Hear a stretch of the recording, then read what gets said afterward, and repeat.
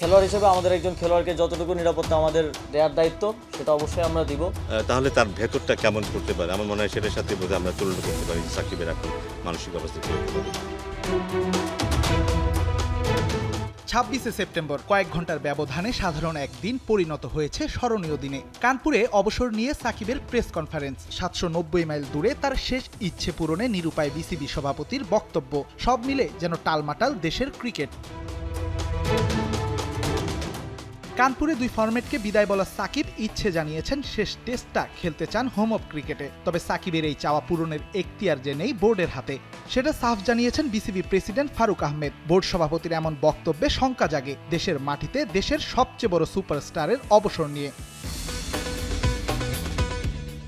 তবে কি কানপুরেই থামছে 75 নম্বর জার্সির পথ চলা? না, সে আশা যে এখনো পুরোয়নি তা স্পষ্ট হয়েছে নতুন বাংলার যুব ও ক্রীড়া উপদেষ্টার মুখের বাণীতে। খেলোয়াড় হিসেবে আমাদের একজন খেলোয়াড়কে যতটুকু নিরাপত্তা আমাদের দেওয়ার দায়িত্ব সেটা অবশ্যই আমরা দিব।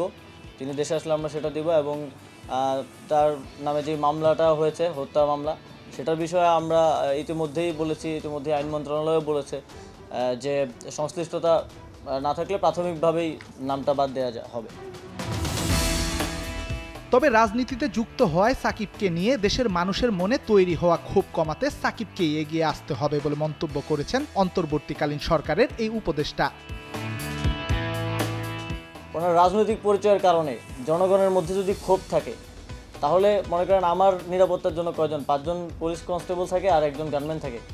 আমার উপরে যদি দেশের 16 কোটি জনগণের, লেটসে 10 কোটি জনগণের যদি ক্ষোভ থাকে, তাহলে এই 5-6 জন আমাকে কী নিরাপত্তা দিবে? ওনাকে ওনার জায়গাটা পরিষ্কার করা প্রয়োজন, রাজনৈতিক জায়গা থেকে ওনার যে রাজনৈতিক অবস্থান সেটা নিয়েও কথা বলা প্রয়োজন। তো জনগণের পক্ষ থেকে যদি নিরাপত্তা ঝুঁকি থাকে, সেটা কেউই কাউকে আসলে দিতে পারবে না। শেখ হাসিনাকেও তো নিরাপত্তা দেওয়া যায়নি, তাকে দেশ ছেড়ে পালাতে হয়েছে। তো সেই জায়গাটা, রাজনৈতিক বিষয়টা পরিষ্কার করা প্রয়োজন বলে আমি মনে করি।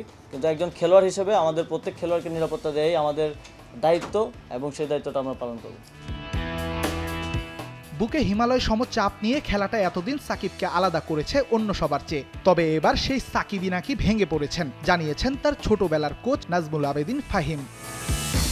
না, একটা স্ট্রেস তো আছে। স্ট্রেস কিন্তু এটা নয় যে তার এগেইনস্টে মামলা হয়েছে, স্ট্রেস কিন্তু এটা নয় কী হবে সে কি, ওইসব না। কিন্তু স্ট্রেস হচ্ছে যে ও ক্রিকেটটা যেভাবে খেলতো সেভাবে খেলতে পারছে না। একজন শিল্পী যে সারা জীবন ধরে ছবি এঁকেছে এবং খুব চমৎকার সব ছবি এঁকেছে, হঠাৎ করে তার যদি ছবি আঁকাটা আমরা বন্ধ করে দিই বা কোনো কারণে সে যদি ছবিটা আঁকতে না পারে, তাহলে তার ভেতরটা কেমন করতে পারে আমার মনে হয় সেটার সাথে বোধহয় আমরা তুলনা করতে পারি সাকিবের এখন মানসিক অবস্থা কী হতে পারে।